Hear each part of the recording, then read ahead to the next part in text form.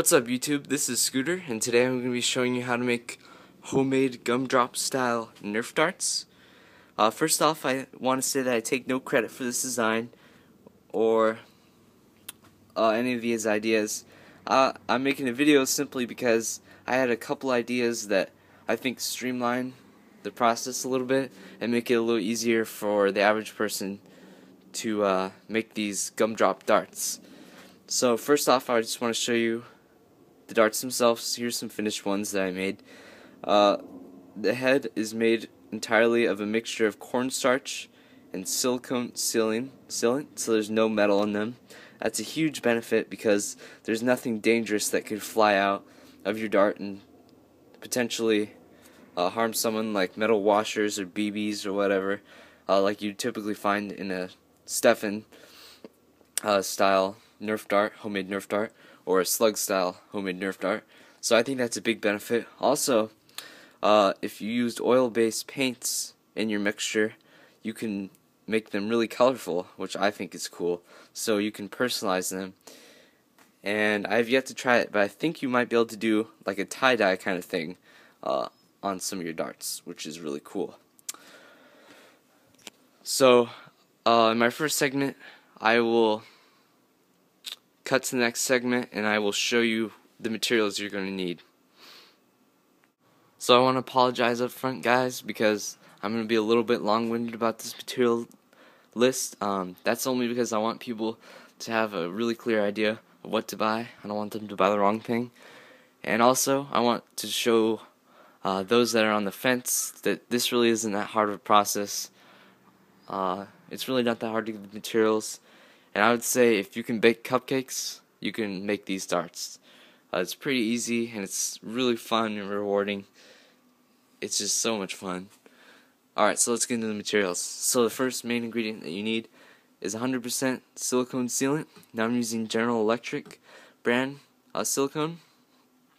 And it's important that if you do choose to buy General Electric, you go with the Silicone 1 brand. Don't buy Silicone 2. It has different chemicals in it, and it dries in a different way, and it's not going to be compatible with the process that we use, or we're going to use, to speed up our drying time. And also, definitely get clear. Clear, it's easier. They sell it in clear and white, but clear is easier to see how mixed everything is, and it'll just make it a little easier for you to mix your stuff. Okay, if you don't buy General Electric, my only recommendations are the more generic the brand, the better. Some of the more high-tech brands use different chemicals, like I said, that make the silicone dry in a different way. So they're going to be not compatible with the process we use to speed up our drying time. And you don't want to get them. So I would go for the cheaper, more generic brands. And as far as where you can find silicone, you can find it basically anywhere. It's a very common construction material. You can find it anywhere they have a small construction supply at least. I've seen it at Target, even, and Walmart, but obviously you can go to Home Depot or whatever hardware store and you'll be able to find it easily. Okay, the second ingredient we're going to need is cornstarch, 100% pure cornstarch. Now this is a basic cooking ingredient, and you should be able to find this at any grocery store. Excuse me. And the reason we use cornstarch is we mix it with our silicone, and it'll make our silicone dry a lot more quickly than it would normally. Just because cornstarch absorbs water, and so it'll absorb the water inside our silicone and it'll make it dry a lot more quickly. Okay, also we need some felt material. You can find this at any craft store. It's just basic felt, nothing fancy about it. Okay, we're going to need some scissors as well. Some popsicle sticks, we're going to use those to mix our ingredients together. Now, one thing that might be kind of difficult to find is you're going to need a hollow punch, a 7/16 size hollow punch. this is just a basic tool that cuts holes and stuff when you hit it. These are kind of difficult to find, but you should be able to find them at Home Depot or Harbor Freight or somewhere similar. I definitely recommend Harbor Freight because they're going to be a lot more inexpensive there. If you have trouble finding it, you can look in the description. I'll have some more information, and I'll have some links to where you can buy them online and some item numbers for the store. Okay, also we're going to need some Duplo building bricks. These are like Legos, but they're bigger. These, the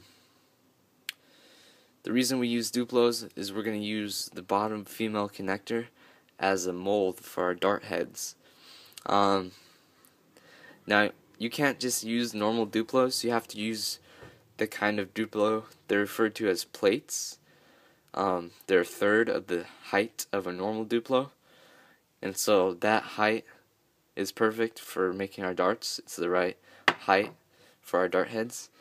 And so these might be a little difficult to find. You could get some out of like a set. Maybe you could ask your little brother or something. I don't know.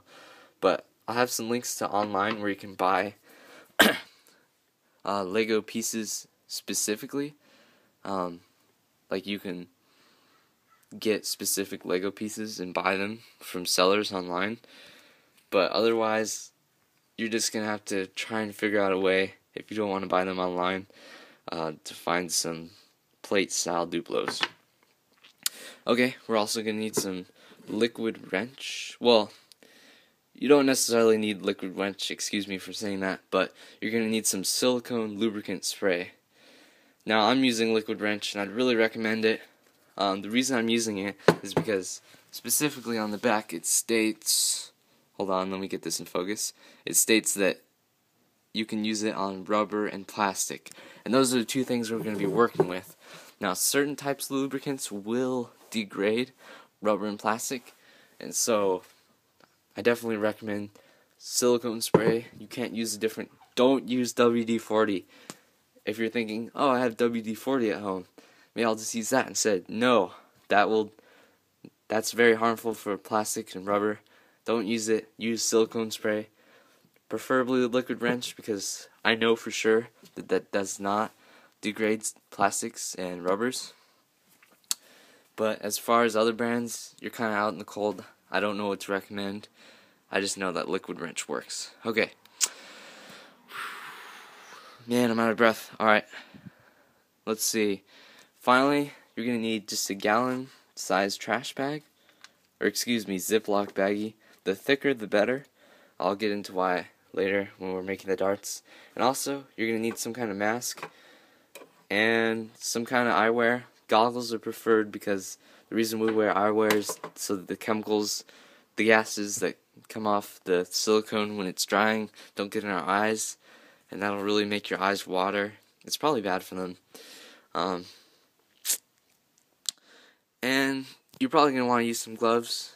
Your hands aren't going to hurt or anything if silicone gets on it, but it is really annoying while you're making your darts when you get silicone on your hands. It just makes it really annoying. I don't know. Let's see. Oh yeah. Optionally, you can get some oil-based paint. You can use, sorry, let me focus this. You can use any linseed oil-based paint.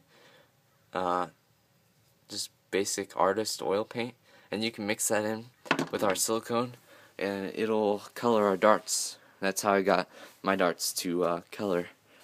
So, that's about it for the materials. I forgot to mention, you'll need a caulk gun too. We just use the caulk gun to squeeze the silicone out of our tube. But other than that, that should be about it. Alright, let's go to the next segment.